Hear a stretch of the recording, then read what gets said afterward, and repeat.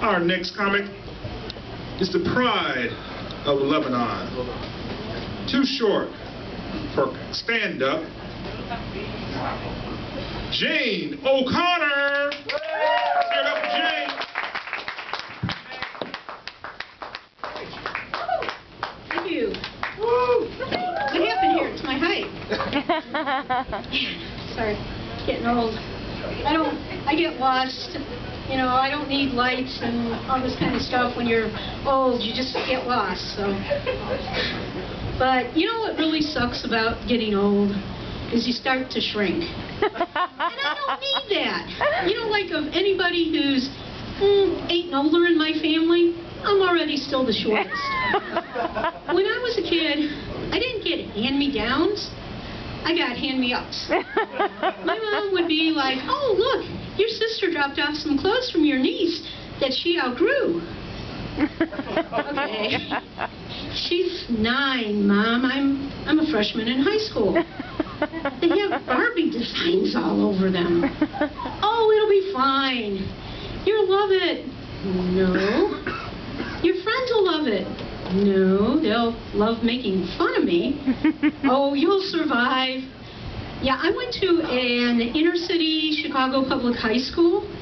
The only way I survived was to try and convince people that the Barbies was a new girl gang moving over from LA.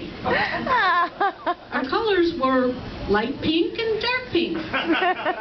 Our footwear, open-toed, high-heeled plastic shoes. But I liked playing with Barbies when I was little, you know, because they were a lot more fun than baby dolls. You know, I lived vicariously through my Barbie. I mean, she had sparkly clothes, she went on dates, went to parties, had a boyfriend, Ken. Well, Ken was kind of a dork, but she did have them wrapped around her little finger. Yeah. And I'd be able to convince the boy next door to bring his G.I. Joe over. You know, "Hey, Barbie, guess who's coming home on leave?" "Yeah, it's that cute G.I. Joe, the one with the beard." Kids, you know, I don't know. Who here has kids? Anybody? Yeah? Yeah. How about kids with ADHD? Yeah.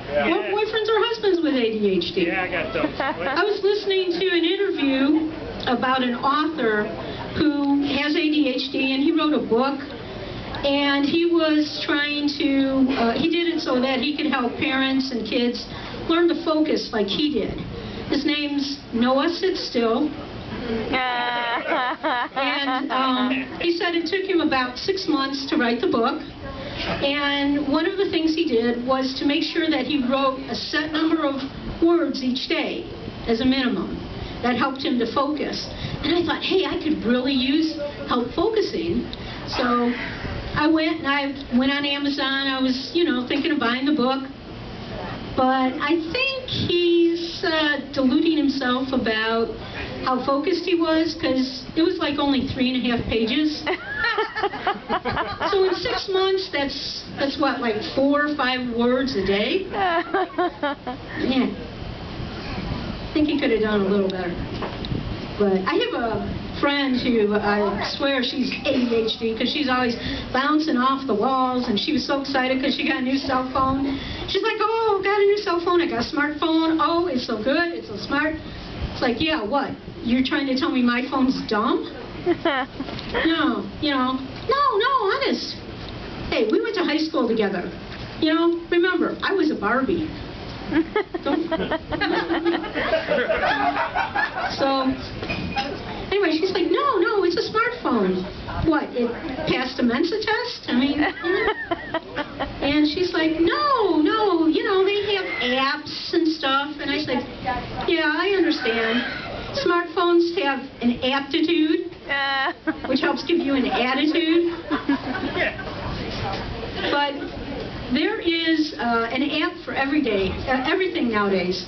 You know, there's even an app for people who are addicted to apps. App Users Anonymous. It's a 12-step program. And, you know, you have to call in, and first thing you do is, like, Hi. My name is Jane, and I'm an alcoholic. God. And the thing is, you have to check in 3 times a week. Using your app. And it's kind of odd because you use an app to check in. It kind of defeats the purpose of trying to avoid apps. It's like a person with a drinking problem going, "Ooh, I've been sober for 3 days. I think I'll have a drink." So, and the other thing about cell phones nowadays too is texting and driving. And it is dangerous, and the legislature just passed a law banning it. And I'm on the road a lot, and I can tell that there's a lot of danger out there with people texting, because I see people swerving all the time, driving erratically, just to get out of my way, because I accidentally drifted off into their lane while I was texting. So, but I don't know if making it illegal is going to stop it. I think that they have to have an education program like with drinking. If you're going to drive, have a designated texter. Just remember that when you go out drinking, your designated driver cannot be your designated texter. God. Which is sure going to make for some interesting texts. So, if you're going to drive tonight, don't text. Thank you.